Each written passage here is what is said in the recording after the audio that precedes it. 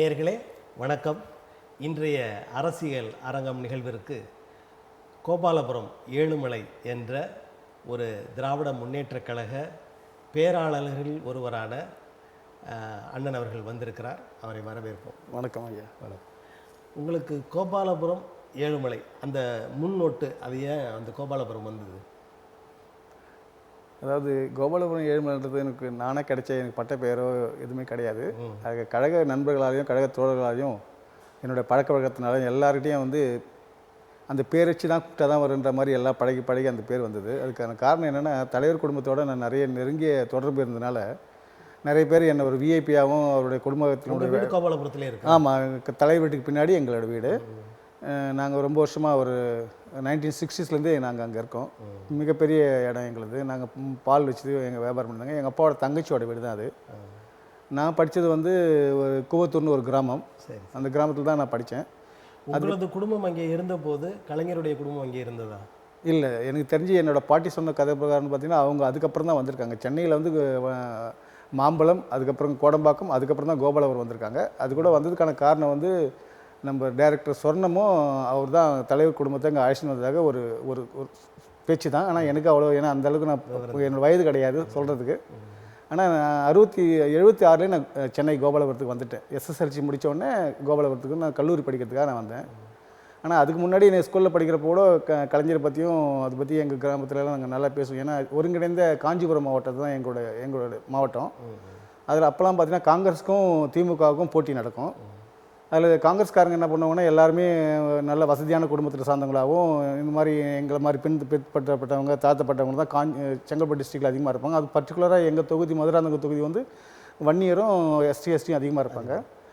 அந்த தொகுதியில் தான் நான் படித்தேன். அங்கே படிக்கிறப்போ கூட அந்த திராவிட கழகத்தோட ஒரு ஈடுபாடு எனக்கு இருந்தது. அப்போது தலைவர் வந்து 67 வந்து பிடபிள்யூ மினிஸ்டராக இருந்தார். அப்போது தான் இந்த பாலாத்து பிரிட்ஜ் தரகத்துக்கும் அங்கே ஒரு பகுதி செயலாளரும் மதுராந்தகம் ஆரம்பத்தோட ஒரு ரிலேஷனோட ஒரு ரைஸ் மில் தரகத்துக்கு வந்தார். அப்போ நாங்கள் எங்கள் ஸ்கூல்லேருந்து அவருக்கு வரவேற்பெலாம் கொடுத்துருக்கோம். அப்போ நான் மாணவர் பருவத்துலேருந்து திமுக தான் இருந்திருக்கேன். ஆனால் அவர் எப்போ நீங்கள் உறுப்பினராக சென்னை வந்ததுக்கப்புறம் தான் உறுப்பினர் ஆனேன். அது கூட உறுப்பினராகிறதுக்கான காரணம் வந்து எங்கள் வீட்டில் இருக்க செல்வி அக்கான்னு சொல்லிட்டு தலைவரோட மகள் இருக்காங்க, ஸ்டாலின் அண்ணனோட அக்கா. அவங்க எங்களோட எதிர் வீடு. அப்போ வந்து நாங்கள் கோபாலபுரத்தில் என்னோடய நண்பர்கள்லாம் அப்போ இருக்கிறப்போ நிறைய இந்த பக்கத்தில் ரவின்னு ஒரு பையன், குருன்னு ஒரு ஆள், தலைவர் குடும்பத்தில் இருக்கிறவங்க எல்லாருமே அவங்க வீட்டில் வேலை செய்கிறவங்க எல்லாமே நாங்கள் எல்லாம் ஒற்றுமையாக இருப்போம். ஈவினிங் டைமில் எல்லாம் பேசும் போடுவோம். அப்போ என்ன பண்ணோம், அதுலேருந்து அந்த அரசியல் ஈடுபாடு அதிகமாகி அதுக்கப்புறம் ஸ்டாலின் அண்ணன் அந்த மிசாலேருந்து வந்ததுக்கப்புறம், முதலமைச்சர் மிசாலேருந்து வந்ததுக்கப்புறம் அவர் தீவிர அரசியலில் ஈடுபட ஆரம்பித்தார். அதுக்கப்புறம் மன்றமும் அங்கே கோபாலபுரத்தில் ஒரு மன்றம் ஆரம்பித்து அந்த மன்றத்தில் அவர் தான் வந்து ஒரு பகுதி பிரதிநிதியாக வந்து பதவி எடுத்து. நீங்கள் அதில் பொறுப்பில் இருந்தீங்களா அந்த மன்றத்தில்? அந்த மன்றத்தில் நான் இல்லை. அப்போல்லாம் நான் வந்து என்னோடய வயசு வந்து எனக்கு என்ன ஒரு 17-18 வயசாக இருக்கும். அவருக்கு வந்து கூடுதல் வயசு. எங்கள் மாமா எங்கள் அப்பாவோட தங்கச்சி பசங்களாம் அவங்களால இருந்திருக்காங்க. ஆனால் கோபாலபுரத்தில் அப்போலாம் வந்து எல்லா நண்பர்களும் ஒன்றா தான் இருப்பாங்க. வந்து அப்போலாம் இப்போ இருக்கிற மாதிரி ஒரு பெரிய பாலிடிக்ஸ் அங்கெல்லாம் கிடையாது. அப்போ எல்லாருமே ஒற்றுமையாக தான் இருப்பாங்க. அந்த கோயிலாண்டு தான் எல்லாம் விளையாடிட்டு இருப்போம். எல்லாமே தெருவில் வந்து ஸ்டாலின் அண்ணன் கூட வருவார், அப்புறமா உதயநிதி வருவார், தயநிதி மாறன் வருவாங்க. எல்லாமே ரோட்டில் எல்லாம் விளையாடுவாங்க. எல்லாம் பொழுதுபோக்காக தான் இருப்பாங்க. அப்போலாம் வந்து தலைவர் மட்டும்தான் பொலிட்டிக்கலாக இருந்தாலும் மற்றவங்களாம் என்ன ஒரு எல்லாருமே விளையாட்டு குழந்தையாகவும் நல்ல ஒரு நண்பராக தான் வாழ்ந்துருக்கோம். தவிர என்னோட பழைய நினைவுகளை சொல்கிறேன். அதில் எந்த விதமான இதுவும் கிடையாது. அதுக்கப்புறம் என்னோடய கல்லூரி படிப்பு முடித்து அதுக்கப்புறம் தான் நான் வந்து அரசியலில் கொஞ்சம் ஈடுபாடு எடுத்து 1996 வந்து இளைஞர் அணி துணை அமைப்பாளர் ஆயிரவளக்கு தொகுதியில் எனக்கு பொறுப்பு கிடச்சிது. அது கூட கிடச்சதுக்கு காரணம் வந்து இப்போ இருக்கிற சிஎம் மாண்புமிகு முதலமைச்சர் அவர்கள் தான் எனக்கு அந்த பதவி வந்து கொடுத்தாரு. ஏன்னா அவரும் ஆயிரவளக்கு தொகுதியில் தான் இருந்தார். அவர் எம்எல்ஏ இருந்தார். அதுக்கப்புறம் மேயரை வந்து ஒரு இதுவானார். அதுக்கப்புறம் அதுக்கு முன்னாடி 94 எனக்கு வந்து ஒரு கல்யாணம் வந்து ஃபிக்ஸ் ஆச்சு. அப்போ ஒட்டுமொத்த தலைவர் குடும்பமே என்னோடய கல்யாணத்துக்கு வந்து எல்லாமே எனக்கு எதுவுமே பைசா கிடையாது. நான் வந்து எங்கள் அப்பாவோட தங்கச்சி வீட்டில் தான் ஒரு தனி மனிதனாக தான் சென்னை வந்து என் வாழ்க்கையை தொடங்கினேன். அப்போ பழைய மண்டபம், அறிவாலயத்தோட பழைய மண்டபம், அந்த பழைய மண்டபத்தில் எனக்கு ஒரு மண்டபத்தில் டேட்டை ஃபிக்ஸ் பண்ணி அப்போ வந்து 30 விழா நடக்கும். அந்த டைமில் யாரும் அலோவ் பண்ண மாட்டாங்க. அந்த 30 விழா டைமில் ஒரு நாள் எனக்கு வந்து தலைவர் வீட்டில் கேட்டு எனக்கு ஒரு நாள் அரேஞ்ச் பண்ணி கொடுத்து ஒட்டுமொத்த தலைவர் குடும்பம் எல்லாருமே இப்போ இருக்கிறவங்கலேருந்து பழைய ஆளுங்க எல்லாருமே வந்தாங்க. தலைவர் முன்னிட்டு எல்லாமே வந்தாங்க. நம்ம இப்போ இருக்கிற சிஎம் தான் எனக்கு வந்து முன்னிருந்து அந்த கல்யாணத்தை பண்ணி கொடுத்தாரு. செல்வியக்கா ரொம்ப அதுக்கு வந்து தொழில்துறையாகவும் அந்த மண்டபத்துக்கு தேவைப்படுற பூ, ஜோடிப்பு, கிடிப்பு எல்லாமே அவங்க எனக்கு உதவுனாங்க. நல்லபடியாக முடிஞ்சது. அதுக்கப்புறம் 96 இந்த ஈடுபாடுக்கு அப்புறம் நான் அவங்க கூட ரொம்ப ஈடுபாடாகி அண்ணன் கூடவே நான் வந்து பயணித்தேன். பட் நான் அந்தளவுக்கு அண்ணனுக்கு ரொம்ப தொடர்பு அதிகமாக இல்லைன்னா கூட எங்களை எல்லாம் அறிஞ்சவங்க தான். எனக்கு முன்னாடி நிறைய முன்னோடிகள், குருன்னு ஒரு பையன், அதுக்கப்புறம் ரவின்னு ஒருத்தர் 2 3 பேர் இருப்பாங்க. அவங்களாம் அண்ணனோட கூடயே இருப்பாங்க. ஏன்னா நான் வந்து அங்கேயே பிறந்து வளரலையா, அவங்களும் அங்கேயே பிறந்து வளர்ந்தவங்க. அதுக்கப்புறம் நம்ம இளைஞரணி அமைப்பாளர் இருக்கிறப்ப தான் இந்த அண்ணனோட நிறைய ஈடுபாடு நிறைய இருந்தது. அவரும் அதே மாதிரி அதாவது இப்போ இருக்கிற முதலமைச்சரை பற்றி பலர் பலவிதமாக பேசினா கூட அண்ணனுடைய உழைப்புன்றது வந்து சாதாரண உழைப்பு கிடையாது. அதாவது மீசாக்கு அப்புறம் அவர் வந்து அவருடைய அரசியல் முன்னேற்றமே வேறு மாதிரி ஆயிடுச்சு. அவருடைய அந்த அணுகுமுறை எல்லாமே ஒரு தேர்தலுக்கும் நாங்கள் எல்லாமே தலைவரோட நாங்கள் சுற்றுப்பயணம் போவோம். சுற்றுப்பயணம் போகிறப்போ அவர் ஒரு பக்கம் போவார். இங்கேருந்து சென்னையில் சைதாப்பேட்டில் ஆரம்பித்து செங்கல்பேட்டில் ஆரம்பித்து திண்டிவனம் ஆரம்பித்து அதுக்கப்புறம் அப்படியே பிரிவாங்க. நாங்களாம் ஒரு மூலையில் போவோம், தலைவர் ஒரு மூலையில் போய் பிரச்சாரத்துக்கு போவாங்க. அந்த காலகட்டத்தில் கூட அவருடைய உழைப்பு இருந்தது. சாதாரணமாக இப்போ 96லேயே நான் சொல்கிறேன், நான் இப்போ இல்லை.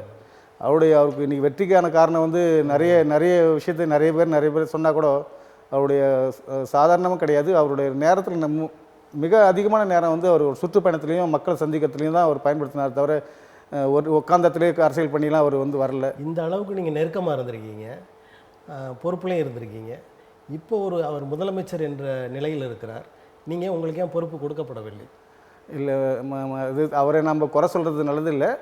அதாவது நான் வந்து 96க்கு அப்புறம் என்னோடய பிரிண்டிங் லைனில் வந்து நான் வந்து ஜாப்பனீஸ் பீப்புள்ஸோட எனக்கு ஒரு நல்ல தொடர்பு கிடச்சிது. ஏன்னா ஹிந்துவில் தான் ஒர்க் பண்ணேன்.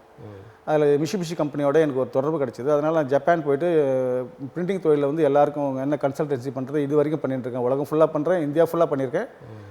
எனக்கு பிரிண்டிங் லைனில் என்னோடய பேர் ஏழுமலைன்னு கேட்டால் எல்லாருக்குமே தெரியும். அந்தளவுக்கு நான் இப்போவும் சர்வீஸ் பண்ணிட்டு தான் இருக்கேன். ஆனால் நான் பொலிட்டிக்கலில் நான் கண்டினியூ பண்ணியிருந்தால் கண்டிப்பாக தலைவர் என்னை வந்து ஒதுக்கிருக்க மாட்டார். அவர் இன்ன வரைக்கும் என்னை ஒதுக்குந்தான். நீங்களாவே அதிலேருந்து ஒதுங்கினீங்க. அதுதாங்க உண்மையான காரணம். தொழில் ரீதியாக நான் வந்து என்னுடைய பக்குவத்தையும் என்னுடைய பயணத்தையும் நான் மாற்றிக்கினேன். ஆனால் இது வரைக்கும் நான் திமுக போராளி தான் இருக்கேன். அதில் வந்து எந்த மாறுபட்ட கருத்தும் கிடையாது. யார் என்ன சொன்னாலும் நான் வந்து எதுலையுமே நான் மறுக்க முடியாது. அந்தளவுக்கு திராவிட முன்னேற்ற கழகத்தின் தலைவர் கலைஞர் கருணாநிதி, திராவிட முன்னேற்ற கழகத்தின் தலைவர் மு.க. ஸ்டாலின், இவர்களுக்குள்ள வேறுபாடுகள் அல்லது ஒற்றுமைகள் என்ன? நல்ல கேள்வி. உண்மையிலே சொல்லப்போனால் தலைவர்ன்றது வந்து நம்ம கலைஞர் ஐயாவை வந்து யாரோட ஒப்பிடிக்க முடியாது. அதாவது தமிழகத்தில் நிறைய தலைவர் வந்திருக்கலாம். ஈவன் காமராஜர்லேருந்து அண்ணாலேருந்து நிறைய பேர் வந்திருக்கிறாங்கன்னா அதை வந்து நான் மறுக்கலை. நான் தவறான அதை வந்து அவங்களோட இருக்கிற இடத்துக்கு போக விரும்பலை. என்னுடைய அறிவு கெட்டன விஷயத்தை பார்த்தீங்கன்னா தலைவர் மாதிரி நுண்ணறிவு படைத்தவங்க ரொம்ப பேர் இல்லை. அதாவது ஒவ்வொரு நாளும் பத்திரிகையிலேருந்து ஒரு நாள் நடக்கிற கட்சிக்காரங்கலேருந்து மாவட்ட செயலாளர்லேருந்து நான் டெய்லி பக்கத்தில் நம்ம காலையில் 7 மணிலாம் ஆரம்பித்தார்னா 7 மணிலேருந்து என்னென்ன பண்ணுவார்னா நான் நிறைய வாட்ச் பண்ணியிருக்கேன். அதாவது அவருடைய ஒவ்வொரு நாளும் அந்த சட்டசபை நடக்க போகிறதுலேருந்து அவர் என்ன மக்களுக்கு பயன்படணும், எந்த மாதிரி வந்து அவர் வந்து நம்ம ஸ்கீம் கொண்டாடணும், ஐஏஎஸ் ஆஃபீஸர்கிட்ட எப்படி பேசணும், அவங்களை எப்படி வந்து ஆக்ட் பண்ணணும்லாம் பார்த்தீங்கன்னா தலைவர்களுக்கு இணையான ஆள் வந்து யாருமே கிடையாது. நான் இன்னொரு அழுத்தமாக சொல்ல போனேன்னா தமிழக அரசியலில் நிறைய சிஎம் வந்திருக்காங்க, நிறைய தலைவர்கள் இருக்காங்க. ஆனால் கலைஞர் அளவுக்கு யாரும் நிறைய ஸ்கீம்ஸ் கொண்டாந்த மாதிரி எனக்கு என்னோட நினைவில் இல்லை. ஏன்னா நானும் சட்டம் படிச்சிருக்கேன். எனக்கும் ஓரளவுக்கு இந்திய அரசியலமைப்பு சட்டம் தெரியும். அவரோட பதவிக்காலம் அதிகமாக இருந்ததுனால அப்படி செஞ்சுருக்காருன்னு சொல்லலாம். இல்லைங்க, அதாவது பதவிக்காலம் மட்டும் கிடையாது, அவருடைய இடையில பதவி இல்லாமல் இருந்திருக்கிறாரு. அதாவது எம்ஜிஆர்லாம் இருக்கிறப்போ 15 வருஷம் தொடர்ச்சியாக இருந்தார். அப்போ கூட அவர் அரசியல் விட்டு விடலையே. அவருடைய அரசியல் பயணம்ன்றது வந்து மக்களுக்கு பதவி இருந்தால் தான் செயல்படணுன்ற மாதிரி இல்லாமல் தன்னுடைய வீடு, அறிவாலயம், முரசொலி என்ற 3த்தையுமே தன்னுடைய 3 குழந்தைகளாகவும் மக்களை தன்னுடைய அந்த உடன்பிறப்பாகவும் தான் நினச்சி தான் அவர் செயல்பட்டார். தவிர அவர்கிட்ட வந்து நம்ம எந்த விதமான குறைபாடையும் நான் பார்த்த மாதிரி தெரியல. மக்கள் கருத்து வேறு, என்னோட கருத்து வேறையாக இருக்கலாம் சார். தற்போதைய முதலமைச்சர் பற்றி சொல்லுங்கள். அவருடைய நிர்வாகம் எப்படி இருக்கிறது, இப்போ எப்படி பண்ணிட்டு இருக்கு? அது நீங்கள் நாடே அறியும். இப்போ வந்து இந்தியாவே இப்போ வந்து முதலமைச்சர் நாடே அறியும்னா பல பேர் அவரை குற்றம் சொல்லிட்டு இருக்காங்க. இல்லை நல்லா இருக்கு ஐயா, நான் வந்து ஒரு திமுக ஒரு பிரதிநிதியாக சொல்கிறத விட சொல்கிறேன். அதாவது காலங்கள் மாறுது, டெக்னாலஜி மாறுது, விஷயங்கள் மாறுது, எல்லாமே மாறுறப்போ வந்து மக்கள்கிட்ட நீங்கள் என்ன தான் நீங்கள் நல்லது செஞ்சாலும் சரி அது குறை சொல்கிறதுக்குன்னு ஒரு கூட்டம் இருக்க தான் செய்யுது.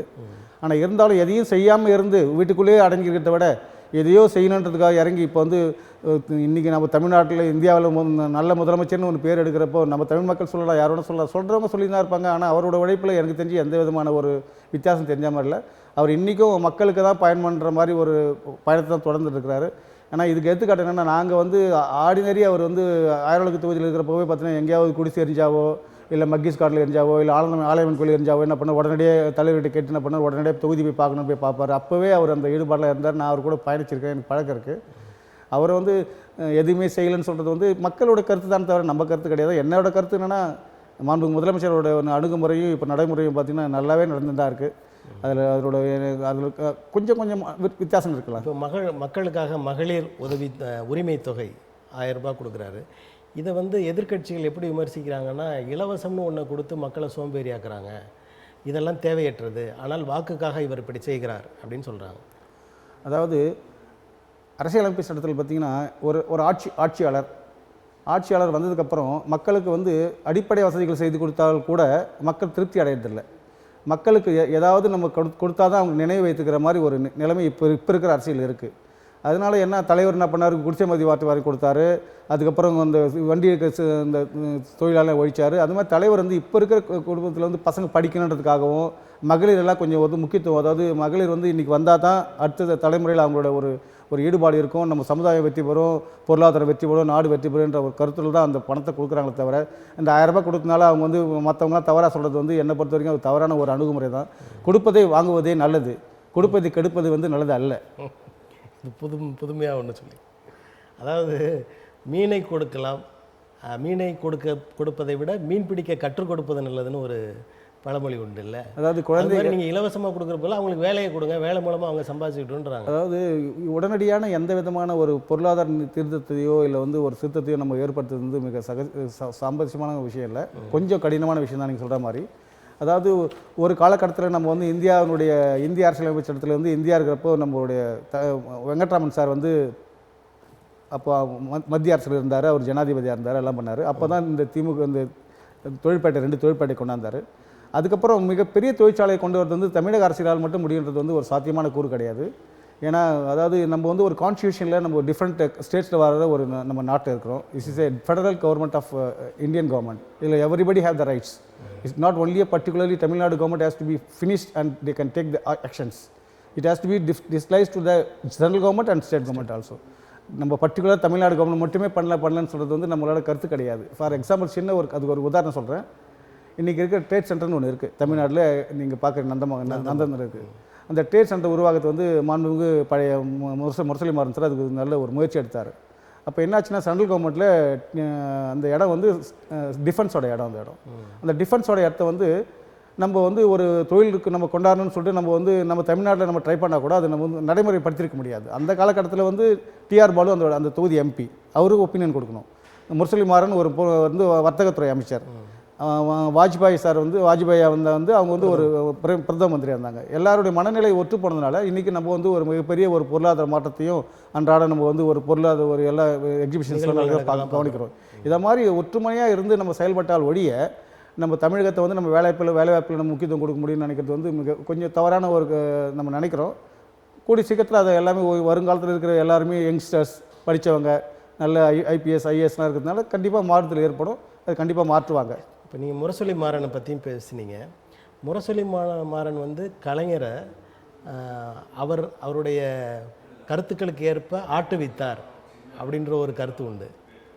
நீங்கள் அந்த பக்கத்தில் இருந்ததுனால அதை எப்படி பார்க்குறீங்க? அது சரியா தவறா? நான் உண்மையை சொல்லணும்னா அதாவது தலைவருக்கும் ஐயா முரசொலி மாறன் ஐயாவுக்கும் 2 பேருக்கும் இருக்கிற உறவு வந்து சாதாரணமாக வந்து அவருடைய சொந்த பந்த உறவு கிடையாது. தலைவரோட எண்ணங்கள் எப்படி இருக்கோ அதோட மிகப்பெரிய எண்ணமாக தான் முரசொலி மாறனோட அந்த திமுகவோட கொள்கை இருந்தது. தலைவரே சில நேரத்தில் வந்து மற்ற கட்சிகள் கேட்குறப்பெல்லாம் கொஞ்சம் அட்ஜஸ்ட் பண்ணி போனால் கூட எல்லாம் அவரோட கருத்து வந்து அவர் எதாவது ஆட்சியில் கொஞ்சம் நல்லது பண்ணணும்னு நினச்சி போனால் கூட முரசொலி மாறன் வந்து விட்டு கொடுக்க மாட்டார், செய்ய விட மாட்டார்.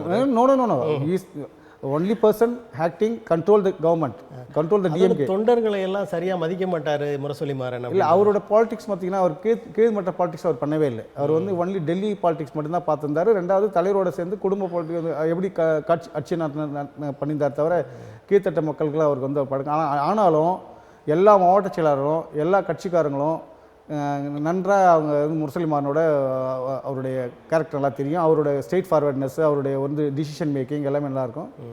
ஃபார் எக்ஸாம்பிள் இதுக்கு வந்து ஒரு தடவை நம்ம வந்து பிஜேபியோட நம்ம தொடர்பு கொண்டு நம்ம என்ன பண்ணாங்க, நம்ம வந்து அப்போ வந்து ஆட்சி பிடிச்சோம், 40 சீட்டுக்கு 40 சீட்டு ஜெயித்தோம். அதுக்கு முக்கிய காரணமாக இருந்த ஒரே பார்த்திங்கன்னா முரசொலி மாறன் தான். ஏன்னா தலைவர் வந்து அது ஒத்துக்கலை, கொள்கைக்காக நீங்கள் ஒத்துக்கலை. வந்து பாரதிய ஜனதா ஒரு நச்சு அப்படிலாம் சொல்கிறீங்க, அந்த நச்சை கொண்டு வந்ததே முரசொலி மாறன் தானே? இல்லை, முரசொலி மாறன் கொண்டு வந்ததுக்கான காரணம் வந்து அப்போ வந்து நம்மளோட அவர் என்ன சொன்னான்னா, நம்ம தமிழ்நாட்டில் மட்டும் நம்ம வந்து ஆட்சி முறை நம்மகிட்ட இருந்தால் மட்டும் நம்ம எதுவும் சாதிக்க முடியாது. நீங்கள் இப்போ கேட்டிங்களே ஏன் நம்ம வந்து வேலைவாய்ப்பு திறன் கொடு, அது மாதிரி இந்திய அரசியலமைப்பு சட்டத்திலேயே நம்ம வந்து ஒரு பங்கு இருந்தால் தான் நம்மளுடைய நம்ம தமிழத்தை நம்ம தமிழ்நாட்டை நம்ம ஒரு மேலோங்கி கொண்டு போக முடியுன்றதுக்காக தான் அவர் அந்த ஒரு ஸ்டேட்டஸ் எடுத்தார். அதன் பின்னால் பிஜேபியால் விளைகின்ற தீமையை அறியாத, தொலைநோக்கு பார்வை இல்லாத ஒரு மனிதரா முரசொலி மாறன்? இன்னும் அவர் அந்த மாதிரி ஒரு கீழ்த்தரமான வந்து ஒரு எண்ணத்தோடவோ ஒரு காழ்ப்புணர்ச்சியான எண்ணத்தோட பழகிற ஒரு கிடையாது. அவர் எடுத்த குறிக்கோள்லையும் அவர் எடுத்த நெறிமுறைகளையும் அவருக்கு எடுக்கிற பாதைகளும் வந்து மாறுபட்டு போக மாட்டார். ஏன்னா இப்போ அதிமுககாரங்க என்ன சொல்கிறாங்கன்னா, நீங்கள் தானே பிஜேபியை கொண்டு வந்தீங்க, இங்கே அலையன்ஸ் வச்சு நீங்கள் தானே அவங்கள வளர்த்து விட்டீங்கன்றாங்க. அதாவது பிஜேபி கொண்டு வந்ததுக்கான காரணம் வந்து அந்த நேரத்தில் நமக்கு வந்து இருக்கிற தலைவர் இப்போ எல்லாம் மோடின்ற மாதிரி அப்போ வந்து வாஜ்பாய்னு எல்லாம் பேச ஆரம்பிக்கிறப்போ நம்ம ஏன் அவங்களோட அலைன்ஸை கொண்டாந்து தான் வச்சு நம்ம வந்து 40 சீட்ஸ் ஜெயிச்சு ஒரு 4 மந்திரி சபை அமைச்சு நம்ம இன்றைக்கி இருக்கிற டிஆர் பாலு சார்லாம் எவ்வளோ தொழிற்சாலை கொண்டாந்துருக்காங்க, எவ்வளோ ரோடு போட்டிருக்காங்க, தமிழ்நாடு என்ன அளவுக்கு வளர்ச்சி வந்துருக்குது, அதை பற்றி தான் பேசணுமே தவிர இந்த அரசியலில் வந்து ஏன் அவங்களோட போனீங்க, ஏன் இவங்களோட போனீங்கன்னு சொல்கிறது வந்து ஏடிஎம்கே காரங்களோ இல்லை டிஎம்கே காரங்களோ இல்லை பிஜேபி காரங்களோ சொல்கிறது வந்து அது அவங்களோட கருத்து. நான் அந்த கருத்துக்கு நான் வந்து பதில் சொல்ல விரும்பலை. இப்போ தற்போதைய முதலமைச்சர் மு.க. ஸ்டாலின் மிகச்சிறந்த ஆற்றலாளர், நல்லா செய்கிறாருன்னு சொல்கிறீங்க. அதுக்கு அடுத்த நிலையை உதயநிதி ஸ்டாலின் பிடிக்கிறார் என்ற நிலையில் அவர் எப்படி இருப்பார், அவர் எப்படி நடந்து கொள்கிறார், அந்த அரசியல், தமிழ்நாட்டு அரசியலில் எந்த நிலைக்கு வருவார் என்று எண்ணுகிறீர்கள்?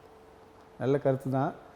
அதாவது நம்ம அன்றாட வாழ்க்கையில் அப்பா, தாத்தா, பாட்டி, குருக்கள், கோவில்கள், அப்பா அம்மா எல்லாம் இருக்கிறப்போ வந்து நம்ம எல்லாருமே ஒரு வயதை முதிர்ந்து ஒரு கடைநிலைக்கு போக வேண்டிய ஒரு காலகட்டத்தில் நம்ம வரும். அதே தான் திமுகவுக்கும் தலைவருக்கு அறிஞர் அண்ணாக்கு அப்புறம் தலைவருக்கு அப்புறம் இப்போ இருக்கிற இந்த மாண்புமிகு முதலமைச்சர் ஸ்டாலின் அண்ணா அதுக்கப்புறம் நம்ம ஒரு ஆள் நம்ம கழகத்துக்கு தேவைப்படுது. அதுவும் குறிப்பாக இப்போ இருக்கிற குறிப்பாக சொல்லப்போனால் எல்லாரும் உதயநிதி ஸ்டாலின் சின்னவர், அவர் உடனடியே வந்துட்டாருன்னு சொல்கிறாங்களே தவிர அவருடைய கருத்துக்களை பற்றி யாருக்கும் தெரியாது.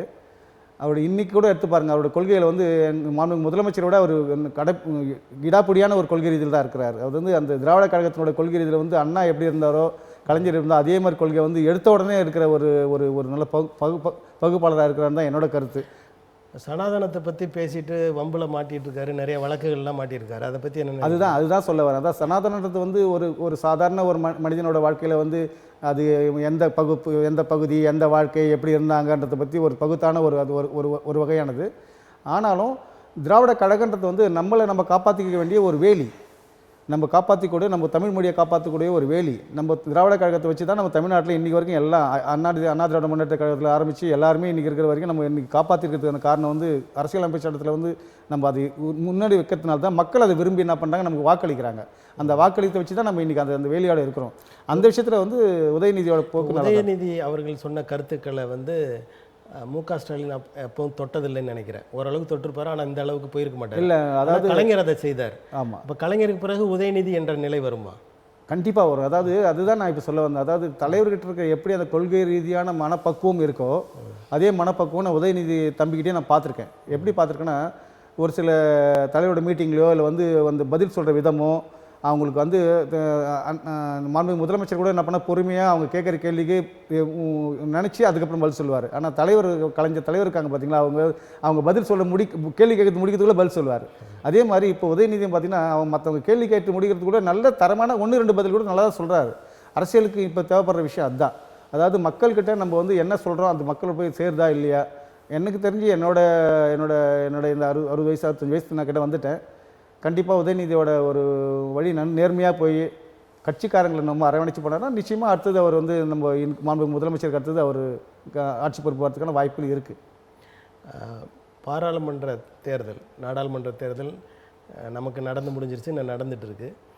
இந்த தேர்தலில் யார் ஆட்சியை பிடிப்பார்கள், உங்களுடைய பார்வை எப்படி? பாராளுமன்ற தேர்தல்ன்றது வந்து நம்மளுடைய தமிழ்நாடு மட்டும் இல்லை, இருக்கிற எல்லா 29 ஸ்டேட்டோடு சேர்ந்து ஒரு இதுதான்.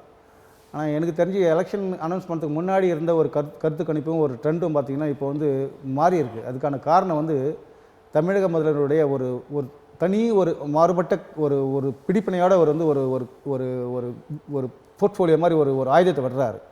அதாவது நம்ம எல்லாத்துக்கும் இண்டிவிஜுவாலிட்டி வேணும், ஒரு ஸ்டேட்டும் ஒரு இண்டிவிஜுவாலிட்டி இருக்கணும், நம்மளுடைய ஏன் நம்மளுடைய பழைய விஷயத்தை நம்ம மாற்றணும், ஏன் ஒரே நாடு ஒரே ஒரே ஒரே ஒரே லாங்குவேஜ்னு நம்ம போகணும், அதுக்கெலாம் என்ன இப்போ அவசரம், அதுக்கான என்ன காலங்கள் அதுக்கு பதில் சொல்ல போகுது. நம்ம அமெரிக்கா மாதிரியோ ஜப்பான் மாதிரியோ இங்கிலாந்து மாதிரியோ நம்ம நல்ல பொருளாதார ரீதியில் வந்ததுக்கப்புறம் மக்களே அதுக்கு வந்து ஒத்துழைப்பாங்க. ஆனால் இப்போதைக்கு பீகார் ஒரு பக்கம் இருக்குது, தமிழ்நாடு ஒரு பக்கம் இருக்குது, சாத்தப்பட்ட மக்கள் இருக்கிறாங்க, கொல்கட்டா ஒரு பக்கம் இருக்குது, எல்லாருமே பார்த்திங்கன்னா ஒரு ஸ்டேட்லேயும் அவங்கவுங்க பாதிக்கப்பட்டிருக்காங்க. அவருக்கு அதெல்லாம் தெரியாமல் வந்து இந்த கருத்து சொல்லியிருக்க மாட்டார். இந்த கருத்து இந்தியா ஃபுல்லாக இப்போ நல்லா பரவி இருக்குது. அதுவும் இன்னொரு விஷயமும் சொல்லப்போனால் மோடி வந்து 4 சீட் ஜெயிப்பாருன்ற மாதிரி கருத்து கணிப்பில் வந்த காலத்தை விட்டு இப்போ இருக்கிற இன்னைக்கு இருக்கிற 7வது கருத்து கணிப்பு வரல, அவங்களா பேசிக்கிட்டது, அவங்கள பேசிக்கிறாங்க. இருந்தாலும் மக்கள்கிட்ட வந்து அதெல்லாம் இது பொருளி தானே. அதாவது மக்கள் தீர்ப்பு மகேசன் தீர்ப்பு, அதில் வந்து மாறுபட போகிறது கிடையாது. 4ஆம் தேதி எல்லாமே வந்துவிடும். அதில் யார் வெற்றி பெற்றாலும் தோற்றி பெற்றாலும் அது உண்மை தான். ஆனால் இருந்தாலும் இப்போ காங்கிரஸோட அணுகுமுறை எப்படி இருக்குன்னா, முன்னாடி இருந்த அணுகுமுறையோட காங்கிரஸோட அணுகுமுறை ரொம்ப நல்லா இருக்குது. அதாவது எப்படி சொல்லணும்னா, இப்போ வந்து எல்லாரும் நம்ம ராகுல் காந்தி அவர்கள் வந்து ரொம்ப தவறான வந்து கணிப்பில் வந்து அவர் வந்து ஒரு சிறுபிள்ளை இந்த மாதிரி சொல்லியிருந்தாங்க. ஆனால் எனக்கு தெரிஞ்ச சிறுபிள்ளை கிடையாது, தப்புன்னு சொல்லிட்டு ஆமாப்பா எனக்கு தெரியாதுன்னு சொல்லி. ஆனால் அவருடைய குடும்பம் என்ன குடும்பம், அவங்க எப்படி வாழ்ந்தாங்க, அவங்களுடைய என்ன பாரம்பரியம் இருக்குது, அட்லீஸ்ட் அவங்க பிளட் கொஞ்சமாக இருக்கும் இல்லையா, அந்த பாரம்பரியம் இருக்க தான் செய்யும். அதனால் அவங்கள பொறுத்த வரைக்கும் ஒரு நல்ல இந்த தடவை வந்து காங்கிரஸ் வெற்றி பெற்றால் மக்களுக்கு ஒரு நல்ல திருப்தியாக இருக்கும், நாடும் வந்து நல்லாயிருக்கும். இந்த மாதிரி திருப்பியும் ஒரு பொருளை ஆரம்பித்து நம்ம நாடு வந்து பிளவுபட்டு இந்த தகராறு அந்த தகராறுலாம் வராமல், மத பிரச்சனையோ ஸ்டேட் பிரச்சனையோ அதெல்லாம் வராமல் இருந்து இருக்கிறதுக்கு ஒரு நல்ல வாய்ப்பு இருக்குன்னு என்னோட கருத்து. யார் வெற்றி பெற்றாலும் நம்ம வரவேற்க செய்யணும். ஆமாம், இப்போ மதம் சார்ந்து பல கருத்துக்களை பரப்புரையில் சொல்லிகிட்டே இருக்கார் நரேந்திர தாமோதர் தாஸ். இதை எப்படி பார்க்குறீங்க? அதாவது குறிப்பாக இஸ்லாமியர்களை குறிவைத்தே பேசுகிறார் என்ற பேச்சு அடிபடுகிறது. குறிப்பாக அந்த ஒரு மாத காலத்துக்கு இடைவெளிக்கு பிறகு பார்த்தீங்கன்னா மாண்புமிகு பாரத பிரதமருடைய அணுகுமுறை ஒரு தவறான அதாவது நம்ம எலெக்ஷன் நிற்கிறன்றதுக்காக வந்து இந்திய அரசியல் சட்டத்தில் மாற்றி நடுத்தரில் இருக்கிறவங்கள மாதிரி ஒரு சிறுபான்மையரை வந்து தாக்கி பேசுகிறதோ எதுவுமே சொல்லக்கூடாது. ஏன்னா இந்தியாவுடைய டாக்டர் அம்பேத்கரோட சட்டங்களை படித்தாங்கன்னா முதல்ல யாருக்கு ப்ரிஃபரன்ஸ் கொடுக்கணும்னா அவங்க அந்த கீழ்த்தாழ்த்தப்பட்ட மக்கள், ரொம்ப கீழ்த்தட்ட மக்களுக்கு தான் நம்ம வந்து இந்திய எலெக்ஷன் சட்டத்தில் நமக்கு வழிவகுத்திருக்காங்க. அதுக்கு ஒரு சின்ன உதாரணம், இப்போ ரோட்டில் நடந்து போகிறீங்க, ஒரு சைக்கிள் வருது, ஒரு கார் வருது, ஒருத்தர் நடந்து போகிறாரு, அப்போ நடந்து போகிறதுக்கு தான் ஃபஸ்ட்டு வந்து ப்ரிஃபரன்ஸ் கொடுப்பாங்க. இது வந்து ஒரு மனிதாபிமானம். இந்த மனிதாபிமானம் வந்து நம்ம இந்திய அரசியல் சட்டத்தில் பார்த்திங்கன்னா நம்ம இன்றைக்கி வந்து முஸ்லீம் நல்லவங்க, நம்ம எஸ்சி எஸ்டி நல்லவங்க, மலை ஜாதி நல்லவங்க, அதெல்லாம் நம்ம பேச முக்கியம் கிடையாது. அவங்களோட வாழ்வாதாரம் எப்படி இருக்குது, அவங்க அம்பானி மாதிரியோ அதானி மாதிரியோ அவங்க வாழலை. அவங்க பாவம் ஏதோ ஒரு குடிசையிலேயோ ஒரு மாட்டு பகுதியிலேயோ ஒரு குடிசையில் வாழ்ந்து தான் இருக்காங்க, பசி பட்டினியில் வாழ்ந்து தான் இருக்காங்க. அவங்களுக்கு வந்து ஒரு முக்கியத்துவம் கொடுக்கறது வந்து அதில் போய் இவரோட கருத்து வந்து தவறான கருத்தை புறப்பட பண்ணுறது வந்து மன வருத்தத்தை தான் தருது என்னை பொறுத்த வரைக்கும். நேயர்களே, ஒரு சிறிய விளம்பர காணொளிக்கு பின் மீண்டும் தொடர்வோம். அரசியல் அரங்கம் நிகழ்வு தொடர்கிறது.